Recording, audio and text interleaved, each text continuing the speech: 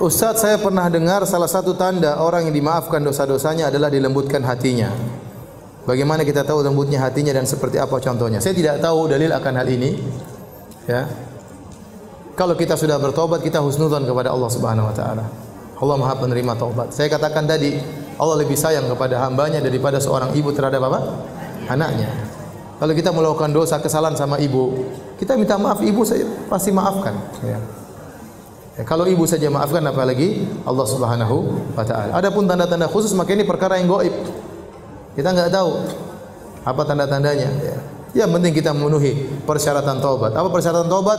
Yang pertama, al-iqla' anidz-dzam, meninggalkan dosa tersebut. Yang kedua, an-nadam, menyesali dosa yang dia lakukan. Yang ketiga, al-azam ala adamil audah, bertekad untuk tidak mengulangi lagi. Kalau seorang dalam hatinya sudah terpenuhi tiga perkara ini, maka dosanya akan diampuni oleh Allah Subhanahu wa taala, sudah pasti. Ya, sudah pasti. Bagaimana cara bertobat? Apakah dilakukan dengan salat taubat? Salat taubat hukumnya sunnah, tidak harus dilakukan. Dan salat taubat bukanlah salat rutinitas. Disebutkan di sini, dan setiap sebelum tahajud dan duha mendahulukan dengan salat taubat 2 rakaat. Tidak, salat taubat bukanlah salat rutinitas. Tapi dia dilakukan kalau kita merasa berdosa, kita bertaubat. Terkadang kita melakukan dosa tertentu, kita bertaubat. Namun dia tidak wajib. Seorang bertaubat dengan hatinya, dengan mulutnya, dengan lisannya, istighfar, maka itu yang wajib. Adapun jika disertai dengan salat taubat, maka itu baik, namun tidak wajib. Ada orang tua yang anaknya meninggal dengan bunuh diri. Adakah jalan atau amalan yang bisa dilakukan orang tua agar anaknya yang bunuh diri tersebut bisa diampuni atau dikurangi dosanya? Iya, kita mohon ampun baginya. Orang yang bunuh diri itu bukan kafir, tapi dia melakukan dosa besar, terancam dengan neraka jahanam. Sebagaimana dosa-dosa besar yang lainnya. Seorang berzina, tahu-tahu meninggal dunia. Seorang ingin membunuh orang lain, tahu-tahu dia meninggal terlebih dahulu, dibunuh.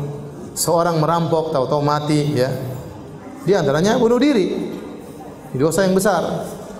Ya, tapi tidak mengeluarkan seorang dari apa? Islam. Maka kalau anak kita ada yang meninggal bunuh diri, maka di antara kasih sayang kita kepadanya, kita sering mendoakannya agar Allah mengampuni apa? Dosa-dosanya. Ini banyak pertanyaan tentang menghajikan atau mengumrahkan. Ada namanya haji badal, demikian juga umrah badal. Akan tetapi orang yang ingin menghajikan orang lain, dan ini ijma ulama tentang bolehnya, syaratnya dia sudah harus haji terlebih dahulu, baru dia boleh menghajikan orang lain.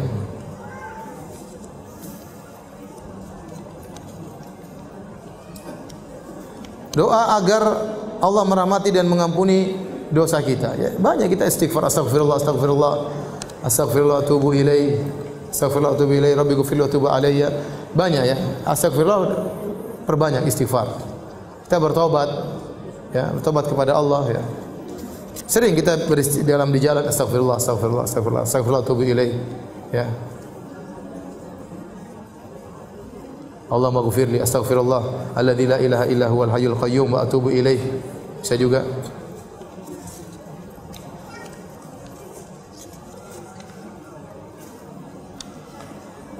Apakah berdosa bila menyembunyikan atau tidak menceritakan hal-hal yang tidak menyenangkan kepada suami agar suami tidak stres, tidak ikut memikirkan hal yang tidak menyenangkan? Iya, tidak semua kita ceritakan kepada suami. Tidak semua yang ada di benak kita ceritakan kepada suami. Kalau menurut kita suami tidak perlu tahu, ya nggak usah kasih tahu. Tapi kalau menurut kita suami perlu tahu karena ini berkaitan dengan kemaslahatan rumah tangga, maka kasih tahu. Tapi kalau ada tetangga bertengkar kemarin, kita lihat lempar-lemparan sama suami istri, satu lempar piring, satu lempar pisau, nggak usah kita cerita. Nanti suami stres. Nggak usah. Ada perempuan datang ke rumah nangis-nangis macam-macam, kemudian ini suaminya ini. Kalau kita tahu suami pulang kerja capek, nggak usah kita ceritakan. Suami tambah pusing.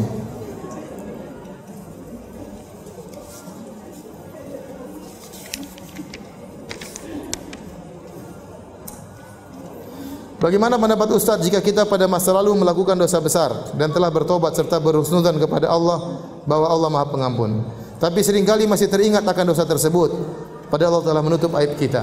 Tidak apa kalau kita ingat, kita istighfar lagi. Kita ingat, kita istighfar lagi.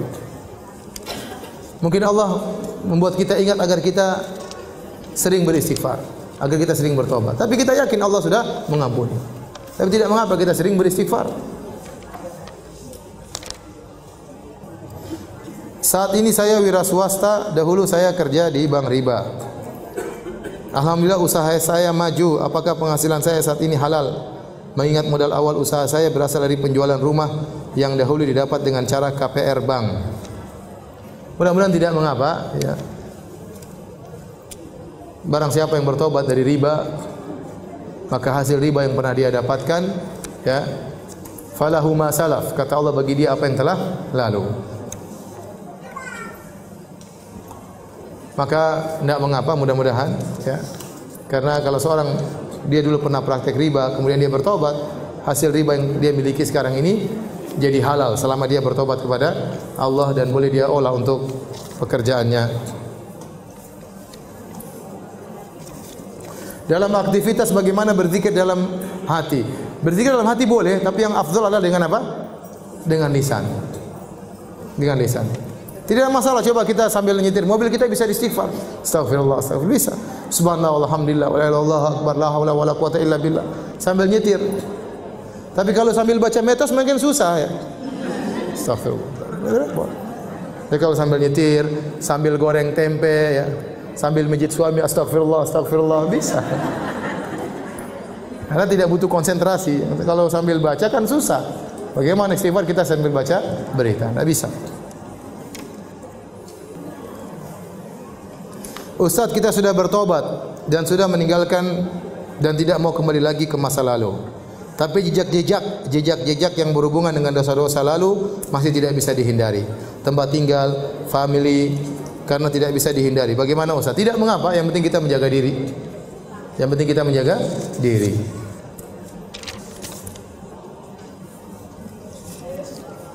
Apa hukumnya kalau punya usaha rental sound system? Karena alat sound system ini suka disewa untuk acara wedding, untuk musik-musik, acara pameran untuk musik. Ya, kata Allah Subhanahu wa taala, wa ta'awanu 'alal birri wat taqwa wa la ta'awunu 'alal itsmi wal 'udwan. Tolong menolong kalian dalam kebaikan dan jangan tolong menolong kalian dalam dosa dan permusuhan. Kalau kita tahu ini alat musik digunakan untuk cara joget-joget, untuk dangdutan, ya, maka tidak boleh kita pinjamkan. Jangankan bayar, gratisan pun tidak boleh. Saya tanya, banyak orang yang mengatakan bahwasanya musik itu halal, joget itu halal. Tapi kalau lihat orang joget, kemudian meninggal lagi joget, apa perkataan dia? Su'ul khatimah, subhanallah. Katanya halal. Kenapa ada orang meninggal lagi nyanyi dibilang apa? Su'ul khatimah. Kenapa ada orang meninggal lagi joget dibilang apa? Su'ul khatimah. Berarti fitrah dia tahu itu enggak baik.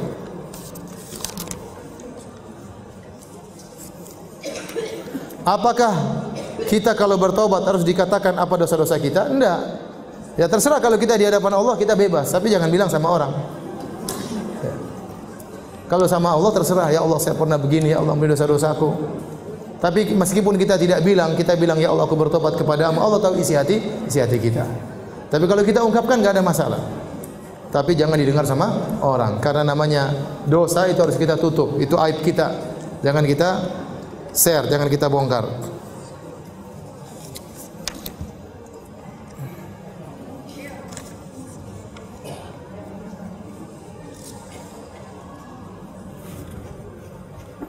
Ustaz, memajang foto selfie di medsos adalah dosa jariah.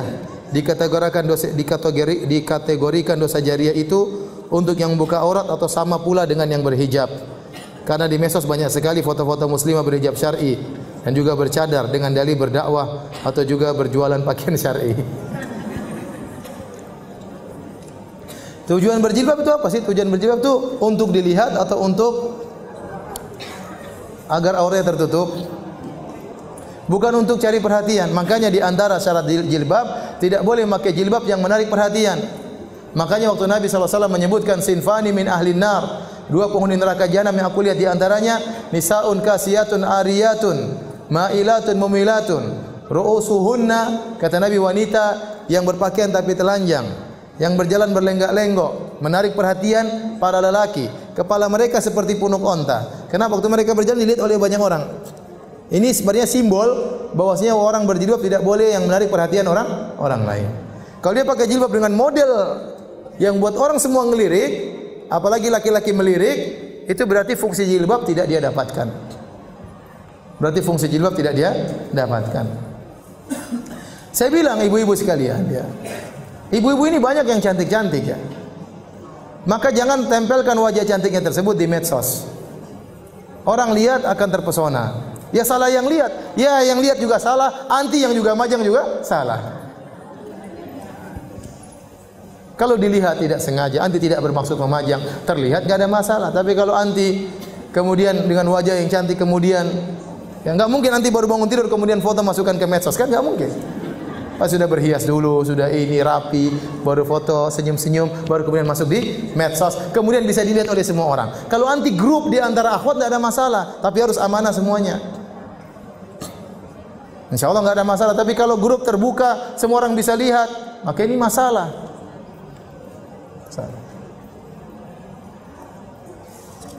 Bukankah pusat kecantikan di wajah, ya atau tidak?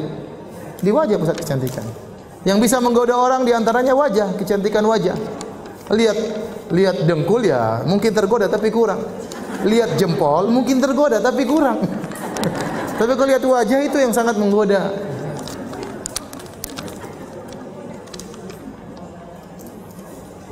Ustaz, saya sering ikut pengajian tapi suami masih senang musik. Ya dinasihati pelan-pelan. Siapa sih tidak suka musik? Semua orang juga suka musik. Tapi kita harus lawan, ini tidak boleh, ini enggak benar, dilarang oleh Allah Subhanahu wa taala. Sampaikan kepada suami, "Mas, kita mau cari kebahagiaan bukan dengan musik." Banyak orang menyangka mereka dapat kebahagiaan dengan musik, jawabannya tidak. Ya, saya dulu juga pemusik, ya. Apakah bahagia dengan musik? Jawabannya tidak. Kalau memang musik membawa kebahagiaan, harusnya para pemusik itu orang-orang yang paling bahagia. Ternyata tidak. Mereka juga stres, kemudian rumah tangganya hancur, minum khamar, kasus macam-macam, sampai ada yang bunuh diri. Memang ada kelezatan bukan kebahagiaan. Jangan salah paham. Orang isap morfin dia lezat, ya. Orang berzina lezat tapi dia bahagia? Enggak. Setelah dia berzina ada kegelapan dalam hatinya. Kalau ingin bahagia jangan dengar musik, baca Quran dengan tilawah. Baru itu bahagia. Tapi nasihati suami baik-baik. Pelan-pelan. Semuanya butuh proses.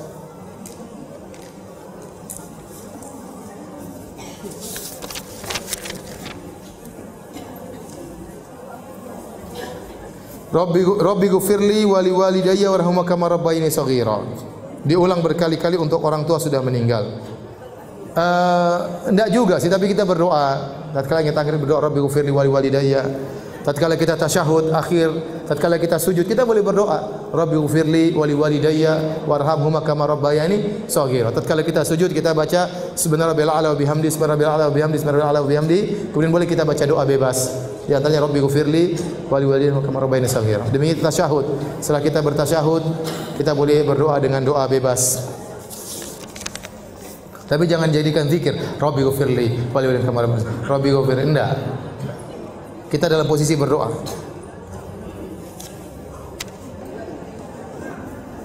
Dalam rincian penggugur dosa ketiga, amal soleh atau kebaikan-kebaikan.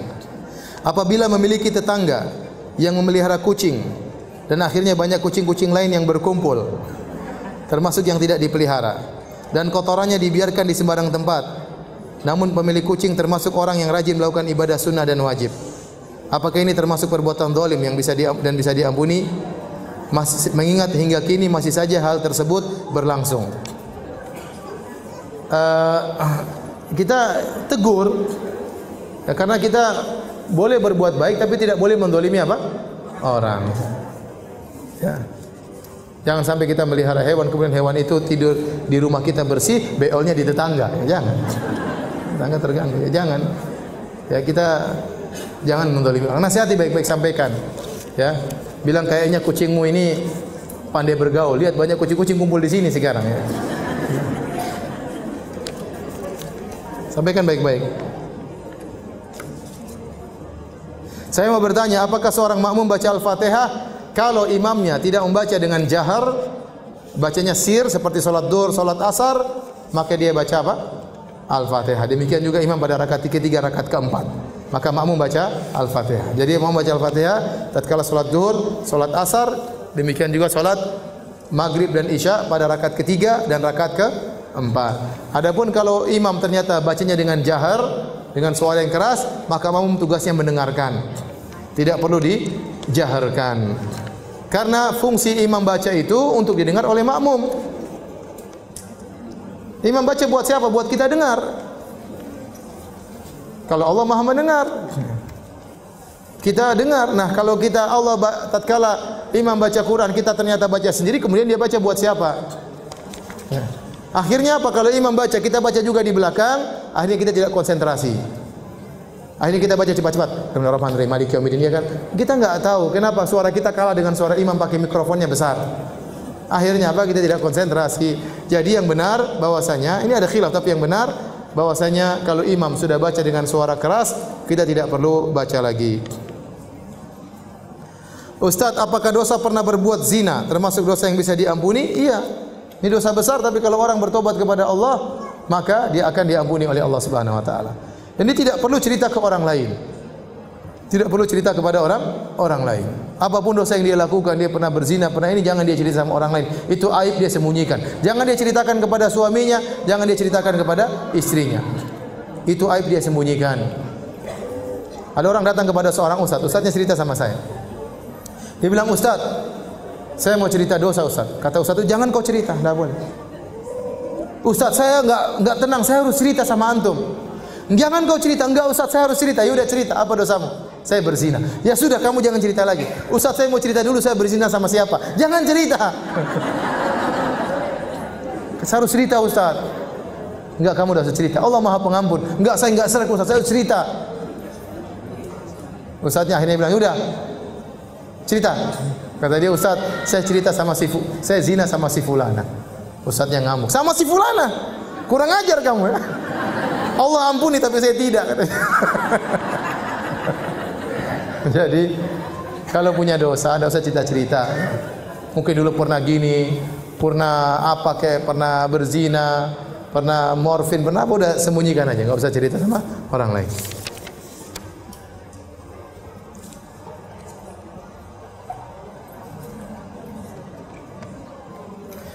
Ustaz, jika hasil ditimbang ternyata kita di neraka, waliyadzubillah. Setelah divonis, dihisab, ternyata kita di neraka. Apakah ada kebaikan amalan yang bisa mengangkat kita ke surga? Ya sudah nggak bisa, kalau kita sudah di neraka nggak bisa beramal soleh lagi. Tetapi bisa jadi kita dikeluarkan dari neraka karena syafaat. Karena syafaat. Syafaat dari Nabi SAW. Syafaat dari kerabat-kerabat kita. Syafaat dari teman-teman kita yang soleh dan soleha. Bisa mengeluarkan seorang dari neraka Jahannam.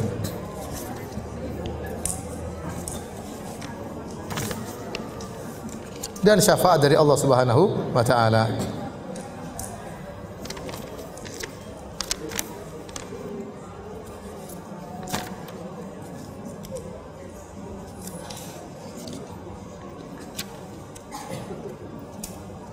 Mau bertanya Ustaz mengenai bagaimana jika kita sudah meminta maaf kepada seorang yang telah kita sakiti, tapi dia tidak mau lagi berhubungan silaturahmi dengan kita.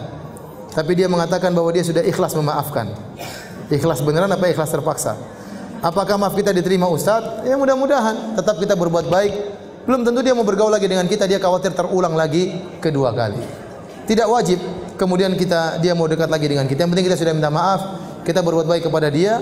Zahirnya dia sudah bilang saya sudah ikhlaskan, ya sudah, kita baik saja. Kalau dia mau bergaul lagi dengan kita, alhamdulillah. Kalau enggak ya enggak apa-apa. Yang penting kita jangan dendam dan jangan menambah lagi kesalahan kita.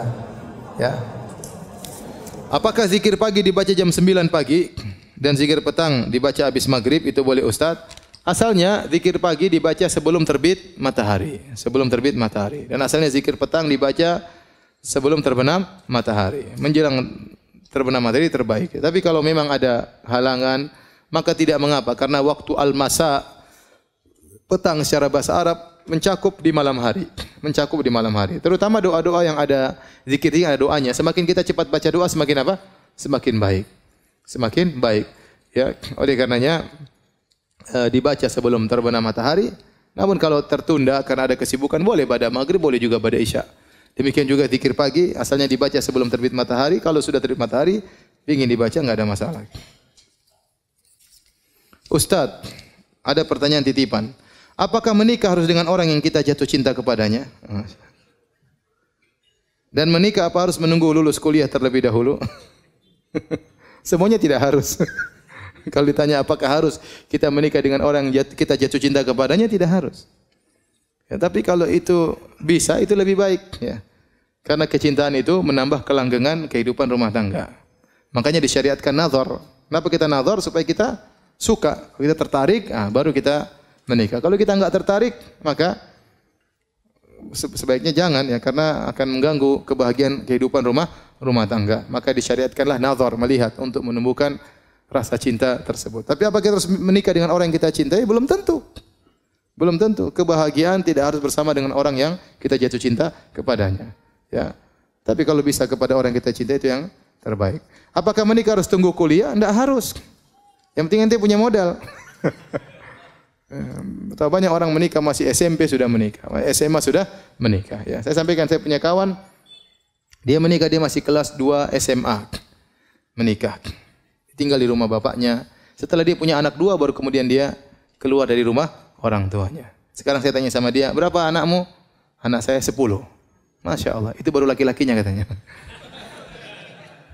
Apakah musibah dapat dicegah atau tidak? Dicegah sama sekali, sudah takdir. Kalau sudah ditakdirkan tidak akan bisa dicegah.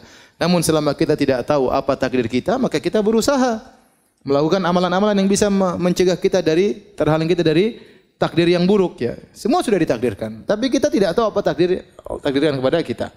Yang penting kita melakukan sebab. Di antara hal-halnya yang menghilangkan kita dari kesudahan yang buruk misalnya adalah berbuat baik kepada orang lain, kata Nabi sallallahu alaihi wasallam, sunaiul ma'ruf taqi masari asu, berbuat baik kepada orang lain menghindarkan dari kesudahan yang buruk. Ustaz, ana tinggal bersama ibu yang usianya 76 tahun. Ibu ana ini sangat susah sekali dikasih tahu untuk hal kebaikan. Terkadang ada di hati timbul rasa kesal atau marah dan rasanya juga ingin nangis rasanya. Apakah ini termasuk ujian berat dan bolehkah anak sekali marahi ibu anak? Jangan ya, jangan marahi ibu. Kasih tahu yang baik ya. Enggak usah dimarah-marahin ya. Memang ibu orang tua kalau sudah tua seperti itu ya. Dia kembali ada pikunnya, ada enggak ngertinya, dan itulah pahala sangat besar. Makanya kata Allah, imma yablughanna indakal kibara ahaduhuma aw kilahuma. Ya, kalau keduanya sudah mencapai masa jompo, salah satunya atau keduanya, fala taqul lahuma uffin. Maka jangan berkata ah. Ah aja enggak boleh, apalagi marah-marahin. Justru di masa tua itulah pahalanya besar. Kita berbakti sama orang tua, di umur apapun orang tua kita masih 50, masih 60, masih 40, kita dapat pahala. Tapi lebih khusus, pahala yang lebih besar tatkala dia sudah mencapai masa jompo. Sudah tidak bisa berbuat apa-apa, sudah mulai pikun, di situlah butuh kesabaran. Situlah pahala sangat besar bagi bagi Anda. Oleh karenanya kalau Anda sabar, maka pahalanya sangat besar. Yang namanya orang tua seperti itu. Ya. Sama orang tua kita sabar waktu mengurus kita masih kecil. Ya, sekarang kita tahu kita ngurus anak kita enggak gampang. Anak kita dikasih tahu enggak mau dengar, ya. Marah-marah terkadang ya. Ya, terkadang dia marahin kita. Anak-anak ya begitulah. Orang tua juga nanti seperti itu. Antum juga nanti seperti itu kalau sudah tua. Oleh karenanya berusaha berbakti sama orang tua, mudah-mudahan Allah menjadikan anak-anak Anda berbakti kepada Anda. Ustaz, apakah boleh berjualan dalam masjid? Dalam masjid enggak boleh, berjualan di luar areal masjid. Selama areal masjid adalah tempat untuk salat, maka tidak boleh ya. Tidak boleh. Kalau tempat itu dipakai untuk salat, maka berarti itu dibangun untuk tempat salat ya. Ya, adapun di luar pagar enggak ada masalah. Bolehkah mengucapkan selamat atas kelahiran anak antar pasangan non muslim? Ini perkara duniawi, enggak apa-apa. Perkara dunia, kita boleh mengundang mereka makan, kita boleh ikut bahagia dan kebahagiaan mereka. Misalnya dia naik pangkat, kita bilang selamat naik pangkat, enggak ada masalah. Itu perkara apa? Duniawi. Apakah bermain face app yang memperkirakan seperti apa muka kita sekian tahun kemudian termasuk mendekati dukun? Enggak kali ya. Cuma itu mainan yang ngapain itu. Kita Gambar-gambar, khawatir kita menggambar-gambar yang dilarang oleh syariat ya, karena meniru-niru ciptaan Allah Subhanahu wa taala. Apakah mengomentari hasilnya juga termasuk mendekati dukun? Saya rasa tidak, ini bukan masalah perdukunan ya. Kecuali dia mengatakan wajah saya seperti ini, pasti seperti ini, itu tidak boleh ya. Tidak boleh. Karena kita tidak tahu, ente belum tentu hidup sampai segitu ya. Saya belum tahu aplikasi tersebut ya. Cuma saya lihat ada orang yang profilnya, tahu-tahu dia tulis umur saya 60 sekian. Apakah sampai segitu umur saya? Dia kasih pasang wajahnya sama waktu wajahnya sudah apa? Tua ya. Mungkin pakai aplikasi tersebut. Aplikasinya saya tidak tahu, saya tidak pernah lihat. Saya seorang ibu dengan 4 orang anak yang ditinggal suami. Apakah berdosa jika saya terus meratapi kematiannya? Iya, tidak boleh. Ya. Kalau timbul kesedihan, ucapkan qadarullah. Innalillahi wa inna ilaihi raji'un. Setiap sedih bilang apa? Qadarullah. Innalillahi wa inna ilaihi raji'un. Setan ingin kita terus bersedih. Sehingga akhirnya kita terbengkalai, tidak bisa ngurus anak dengan baik. Mungkin kita mau cari nafkah pun susah. Kenapa? Karena diliputi dengan apa? Kesedihan. Akhirnya khawatirnya kalau terus bersedih, akhirnya meratapi seakan-akan protes dengan takdir Allah Subhanahu wa taala, dan itu dosa. Kalau sudah sampai pada tahapan tersebut, maka itu apa? Dosa. Maka setiap kita sedih, kita bilang qadarullah, innalillahi wa